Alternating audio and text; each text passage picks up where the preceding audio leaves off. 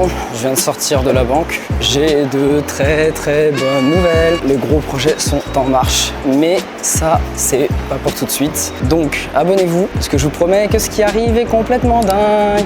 Déjà, juste pour savoir pourquoi j'ai été à la banque, pourquoi j'ai signé, parce que j'ai déjà mon compte bancaire. Donc, pourquoi ai-je besoin d'un deuxième compte bancaire? Je suis en mode businessman. C'est pas pour rien. Je suis content. Bon.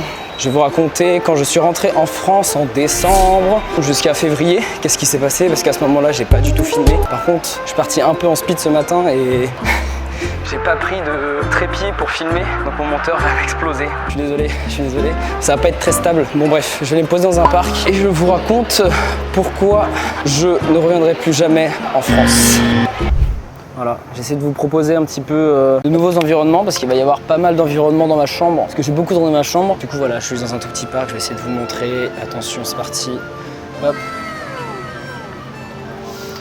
Voilà où je me suis posé. Voilà, pour expliquer pourquoi le retard. J'ai filmé à peu près quand je suis arrivé, donc en août, ça vous l'avez vu dans les vidéos. Jusqu'en fait, au moment où il y a eu le drame de Itaewon et que du coup, ça m'a un petit peu stoppé dans mon élan d'ouverture de restaurant. Et du coup, j'ai fait surtout beaucoup de trucs invisibles, entre guillemets. J'ai beaucoup travaillé sur la société 3D. J'ai beaucoup fait de networking, mais voilà, des fois, c'était juste des petits dîners, des petits trucs. J'ai eu la proposition de pâtisserie. Donc ça, on va en parler dans les prochaines vidéos parce que c'est un gros sujet, c'est un gros truc. Et donc, bah, je vais vous raconter cette partie-là, donc de maintenant jusqu'à janvier, donc de décembre jusqu'à janvier. Décembre, qu'est-ce qui s'est passé en décembre? Eh bien décembre, je suis rentré en France, forcément, pour les fêtes. Ça faisait 5 mois, août, septembre, octobre, novembre, décembre. Ouais, donc ça faisait 5 mois à peu près. J'étais vraiment enjoué, j'étais en mode waouh, let's go la France, c'est parti, on y va, ça va être trop bien, je vais revoir mes potes, etc. Et tous mes potes, donc j'ai commencé à annoncer que je rentrais en France pour 2 semaines. Et là j'avais tous mes potes qui ont commencé, putain mec, quand t'arrives, grosse partie, ça va être fou, vas-y faut qu'on se capte, faut que truc, faut que machin. J'avais des filles que je voyais qui, ah bah vas-y cool, c'est trop bien quand tu rentres, vas-y on se capte, on va boire un verre, un truc et machin. Let's go, ça, voilà, ça, j'étais en mode genre, bon, ok la France, bah, peut-être que ça va me manquer au final, parce qu'à ce moment-là ça me manquait pas du tout. Tous mes potes en Corée qui étaient forcément déprimés parce que je pars forcément. La légende part de Corée, donc les gens sont extrêmement déprimés. Pas du tout, ils sont en mode genre ok mec salut. Et je te mode genre ah ok bon. Bref, je prends mon avion, tout ça, boum, j'arrive dans l'avion, je me dis waouh, trop bien, on rentre en France, let's go. Et là ça commence. C'est-à-dire que l'avion, boum, 2 heures de retard. Bon. Voilà, donc t'es assis dans l'avion, t'attends, t'as déjà mal aux fesses, alors que tu sais que tu te rapproches même pas de ta destination, tu sais que t'es même pas encore parti. Tu sais qu'à ce moment-là, tu peux descendre de l'avion, rentrer chez toi et voilà, ça aura absolument rien changé. Donc déjà, bon, j'avais un peu le seum. Je me fais une pote dans l'avion, on parle et tout, elle va voir son copain en France, c'est la première fois qu'elle venait en France, elle est jamais venue. Ils se sont rencontrés en Thursday party, très drôle, et on arrive en France. Donc elle est en mode genre, ah c'est comment la France, c'est trop beau et tout. Je suis en mode genre, oui, c'est beau. Et elle me dit, ah, pourquoi tu préfères la Corée à la France? Je lui dis, bah, il y a pas mal de trucs qui. Tout est lent, il n'y a pas tout qui marche. Et voilà, je fais un petit topo. Vous l'aurez aussi, vous en faites pas. Et elle me dit, ah bon, ok, c'est pas ce que j'ai entendu, c'est pas ce que je vois, blablabla. Je dis, ok, pas de soucis. Et on finit par décoller. On arrive en France. Et elle est en mode genre, waouh, la France, ah, c'est beau. And waouh, le baguette, le français. Là, on arrive, portique, boum, les portiques de passe, là où on passe nos passeports, le truc électronique ne marche pas. Je sais pas pourquoi, mais le truc électronique ne marche pas. Du coup, il y a une queue d'1 heure et 1 heure de retard parce qu'en fait, il fallait ramener des gonzes pour qu'ils checkent manuellement à l'ancienne, entre guillemets, si jamais on est tous en règle. Sauf que c'était pas prévu. 1 heure de retard. Et là, en mode genre, ah, j'ai envie d'arriver, j'en ai marre et tout. Quand est-ce qu'on passe? Et je me dis genre, ah bah je sais pas. Je me dis, comment ça, on sait pas? Je dis, bah non, bah ça c'est un peu la magie de la France. Des fois, il y a des retards, des fois, il y a des trucs qui marchent pas. Et tu sais pas quand ça va redémarrer. On finit par passer les portiques. On arrive aux valises. Et là, le truc des machines là ne marche pas. Le truc pour délivrer les bagages ne marchait pas. J'entends les Coréens qui étaient dans l'avion, qui étaient en mode genre, mais what the fuck, mais qu'est-ce qui se passe? Premier aperçu de la France. Bref, du coup, je retrouve ma famille, elle retrouve son copain, tout va bien, chacun rentre chez soi, moi je pionce. Je devais voir une amie, donc j'avais une amie qui m'avait, qui était en mode genre, ouais, je veux absolument te voir, t'arrives le 21, on se voit le 22. Je suis en mode genre, alors, je vais arriver le 22 tard le soir, je vais dormir, je vais passer peut-être un petit peu de temps avec ma famille, on se capte après, on se capte le 23 ou le 24. Et elle me dit genre, non, moi j'ai que le 22 disponible, je veux absolument absolument de voir le 22 dès que t'arrives parce qu'après j'aurais trop peur de te louper. Je suis genre bon bah ok vas-y on brunch, on a qu'à bruncher. Elle dit, oui ok vas-y let's go on brunch. Donc je lui avais dit, donc ça c'était 3-4 jours avant mon départ, je lui avais dit bah le 22 on se retrouve à Châtelet exit, je sais plus comment, exit 5 on va dire, à 10h. Elle m'a genre ok pas de souci. Donc bon moi je vais me coucher, donc 10h du soir et j'envoie un message à ma pote juste avant de dormir, donc à 10h du soir. Je dis bon écoute là je suis éclaté, viens on décale à 11h parce que j'aurais besoin d'une heure de plus. Je lui envoie le message et je vais me coucher. Jet lag oblige, je me réveille à 9h et je vois qu'elle a toujours pas vu le message. Je me dis bon, ok c'est pas grave. Je lui dis bon, toujours pas de réponse. Je lui dis ok c'est toujours bon pour aujourd'hui, on se voit toujours à 11h. On arrive à 11h, je suis genre ok bah top. Premier jour en France, voilà je l'ai booké parce que tous mes autres jours étaient bookés. Et du coup là j'ai booké ma journée pour elle et au final j'ai un pote qui me dit ouais je vais voir des amis, vas-y si tu veux tu peux me rejoindre, on se retrouve à telle date. Reda, t'es le vrai, voilà. Et vers 15h, je reçois un message de la meuf. Ah, je viens de me réveiller, c'est toujours bon pour aujourd'hui. Tu te fous de ma gueule ou... Enfin, du coup, j'envoie un message, je fais attends, tu m'as cassé les couilles pour qu'on se capte.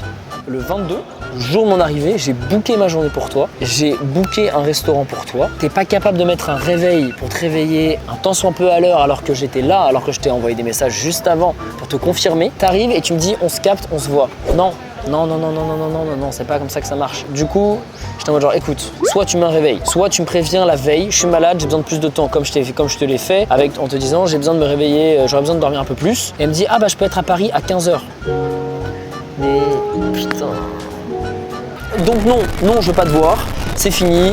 Si mais tu veux me voir, tu prévois une autre journée et t'as intérêt à ce que ce soit carré, t'as intérêt à ce que ce soit prêt. J'ai une deuxième chance. Mais non, sur cette journée-là, tu m'as perdu et j'attends pas les gens en fait. J'attends pas les gens, je donne une chance aux gens. Ils font pas le truc. Ciao, terminé. Heureusement que j'étais avec Reda parce que il est doux ce mec, il est doux, très positif, très voilà, c'est un mec incroyable. Je passe la journée avec Reda, ça se passe super bien, je rencontre de nouvelles personnes. Arrive la question, ah et toi tu fais quoi dans la vie? Je vis à Séoul, j'ai ma boîte française et je vis à Séoul. Bon voilà, je vous passe tous les détails, je vous passe les détails des grèves, des transports, globalement des grèves, globalement des RERB qui s'arrêtent, globalement de l'insécurité, pour avoir été agressé pas mal de fois dans Paris. Franchement, je vous jure, je pense que la plupart se rendent pas compte parce que c'est le quotidien et pour vous c'est normal. Il y a une phrase qui m'avait choqué, c'était un de mes potes qui m'expliquait qu'il avait perdu son téléphone. Et je lui ai dit bah comment tu l'as perdu? Il me dit ah ouais en même temps c'est de ma faute, je me suis endormi dans le métro. Et en fait pour lui s'endormir dans le métro, enfin pour tout le monde, s'endormir dans le métro, c'est normal de se faire voler son téléphone. Genre c'était les premiers métros, il était en club et tout, donc 5-6 heures du matin, il s'endort dans le métro, il perd son téléphone, il se fait voler son téléphone, il est genre ouais en même temps j'aurais pas dû m'endormir, c'est de ma faute. Non. En fait c'est devenu tellement normal cette insécurité que les gens se disent que c'est de leur faute s'ils se font voler leurs affaires. Est-ce que vous pouvez vous rendre compte à quel point on est parti loin dans le délire quand même, parce que t'es pas censé te faire voler tes affaires, c'est tes affaires, tu t'endors, t'es pas censé ah bah j'ai laissé ma porte ouverte, du coup il y a des gens qui rentrent. Bah non, les gens ils ont pas à rentrer déjà, c'est ça le problème, c'est ça le truc. Bref, du coup c'est globalement l'ambiance, je trouve que l'ambiance à Paris est très pesante. Freelance, je déclare 0. Et ils me disent vous devez régulariser, vous devez payer. Sauf que j'ai gagné 0 et je regarde combien je dois payer, il y a marqué vous devez payer 0. Et du coup en fait j'ai un message d'erreur et j'ai des relances pour me dire que je dois payer les impôts que je dois sur ce mois-ci. Sauf que il y a marqué vous devez 0 € payer immédiatement.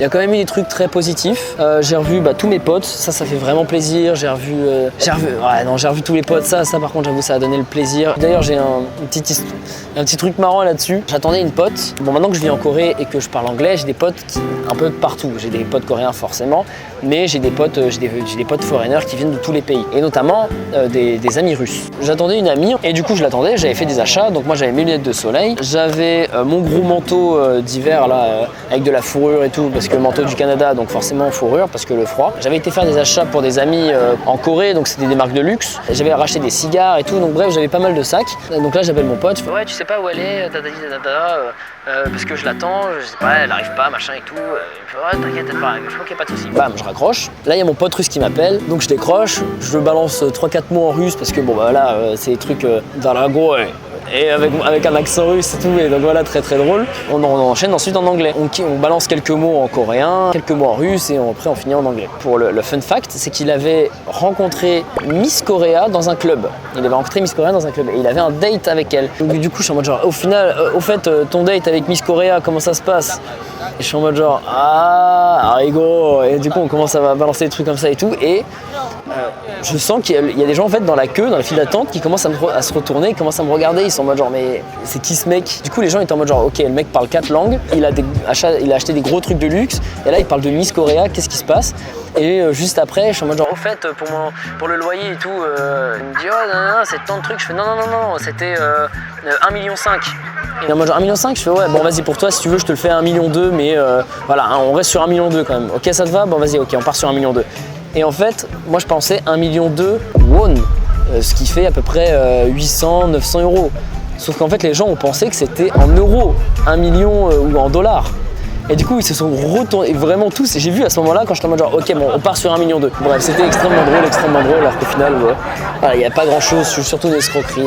Je monte dans le Nord, je vais voir un ami, Ad, si jamais tu m'écoutes, je vais voir Ad, on parle de projet. Et ça faisait plaisir parce que c'était, je pense, le seul, et ça, je pense que c'est aussi une des différences, un des trucs qui me manque, c'est le seul avec qui on a parlé de projet, avec qui on a parlé de choses à faire. Mais ici, tout le monde se projette, tout le monde parle de projets à faire, j'ai envie de faire ci, j'ai envie de faire ça, ne serait-ce que j'ai envie de voyager. En France, la majorité des gens que j'ai vus et avec qui j'ai parlé, ils parlent soit de choses qui sont passées, soit de choses à très court terme, comme demain j'ai envie de faire ce musée. Bon, c'est très bien, c'est cool, hein, mais voilà, il n'y a rien, ça construit entre guillemets difficilement. En résumé, qu'est-ce que j'ai pensé de Paris? Est-ce que j'ai aimé, est-ce que j'ai pas aimé? J'ai aimé et j'ai pas aimé en même temps. J'ai vraiment beaucoup aimé les gens que j'ai pu voir. Il y en a beaucoup qui m'ont fait ce bon. Au moins, je sais qui sont les vrais. Les vrais, j'ai pu les voir. Ils se sont manifestés, ils se sont bougés pour me voir. Et ça faisait vraiment du bien de les voir. C'était vraiment revigorant. Ça m'avait manqué un petit peu fromage baguette. Hein. J'en mange pas ici parce que voilà, je suis pas en France, je suis en Corée et je suis dans un autre pays et je vis autrement. Les gens m'ont manqué, la nourriture m'en a manqué.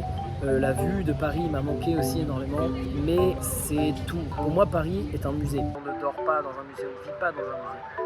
Et quand on va dans un musée, c'est pour voir ce qui a été fait avant, pas ce qui est fait maintenant. Peut-être que c'est moi qui ai changé aussi, ou peut-être que juste le fait d'aller à l'étranger, d'expérimenter autre chose permet maintenant de voir aussi un peu plus clairement ce qui ne me plaît pas à Paris. Globalement, tout est lent, les gens ont un esprit un peu maussade, ils sont un peu gris en fait, je sais pas comment vous dire, mais on voit que dans l'esprit ils sont un petit peu refermés sur eux-mêmes, un petit peu tristes. Je pense que c'est dû à un petit peu tout le contexte global, hein, les transports qui s'arrêtent, les retraites qui augmentent. En fait, je pense que c'est une accumulation de tout qui fait que les gens deviennent aigris. Rien n'est fluide, rien ne marche, tout ferme très tôt, t'es en galère de transport très très vite, rien n'est confortable en fait. On doit se battre pour tout. On doit se battre pour pas se faire racketter, pour pas se faire emmerder. Les meufs doivent se battre le soir pour pas se faire kidnapper par des mecs bizarres dans la rue. Tu penses un truc, t'as toujours un mec qui va arriver, oh c'est pas comme ça qu'il faut penser, c'est pas ça qu'il faut truc, etc. Et on va venir te casser les couilles parce que tu penses différemment, tu te fais juger tout le temps. T'es obligé de te battre pour voir tes potes, est-ce que c'est normal ça? Non. Chaque étape de ta journée est une épreuve. Tu as constamment des épreuves en fait. Alors qu'ici, tout est fluide. Les épreuves que t'as, enfin les épreuves que j'ai, c'est des vraies épreuves. C'est ouvrir une société. Ok, il y a un mec qui essaye de te piquer ton business. C'est des vrais trucs, c'est des vraies épreuves. T'es pas censé te prendre la tête sur est-ce que je vais réussir à payer mes impôts? Est-ce que je vais réussir à avoir mon chômage? Est-ce que je vais... Voilà, ça c'est des trucs. Le tout fait que l'environnement est mine de rien très anxiogène et aussi mine de rien la mentalité des gens qui est totalement différente. Là, par exemple, j'ai un ami qui m'a appelé, qui me fait tiens, il y a un machin qui veut ouvrir une boîte de transport et il aimerait avoir des conseils sur le business et il aimerait des connexions peut-être, des trucs, etc. Est-ce que tu serais chaud de le rencontrer? Ouais, ok, carrément, vas-y, pourquoi pas. Ok, vas-y, on va aller fumer un cigare et on va parler de tout ça. Et en fait, les choses se font bien, les choses se font... Tout est fluide, tout se fait bien. Mon expérience à Paris était un petit peu... c'était un petit peu comme je l'imaginais vis-à-vis des gens, mais pas du tout comme je l'imaginais au niveau de la vie là-bas.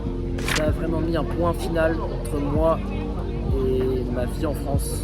Pour les gens qui espèrent que je rentre un jour en France, je ne vais pas vous faire de faux espoirs, mais je pense que je rentrerai jamais en France. Si jamais je dois partir de Corée, ce sera probablement pour le Japon. Si jamais je dois partir du Japon après la Corée pour X raisons, je pense que je me tenterai plus à faire peut-être un pays d'Amérique du Sud ou Canada, mais certainement pas la France. Je pense que je ferai des petits allers-retours à Paris quand même. Je pense que je préviendrai même pas les gens que je rentre en fait. Je mettrai pas de story sur le fait que je suis à Paris. Simplement j'enverrai des messages aux bonnes personnes en disant j'arrive à Paris telle date, on se voit et on se verra. Pour la petite histoire, voilà, je vous fais un petit spoil. Il va falloir que je parte de Corée pour 1 mois et j'ai décidé de partir dans un autre pays. Donc, abonnez-vous, suivez les vidéos pour savoir quel pays et pour voir l'aventure dans ce pays-là. On va continuer avec une vidéo par semaine. Mais là, il va se passer pas mal de choses. Je vais produire beaucoup de contenu. Possiblement, voilà, il y aura peut-être un petit peu de retard. Mais bon, si il y a 4 mois de retard, ou 5 mois ou 6 mois, dites-vous qu'il y a du contenu et qu'au moins les vidéos ne s'arrêteront pas. Sur ce, on se retrouve la semaine prochaine pour une prochaine vidéo et à la semaine prochaine.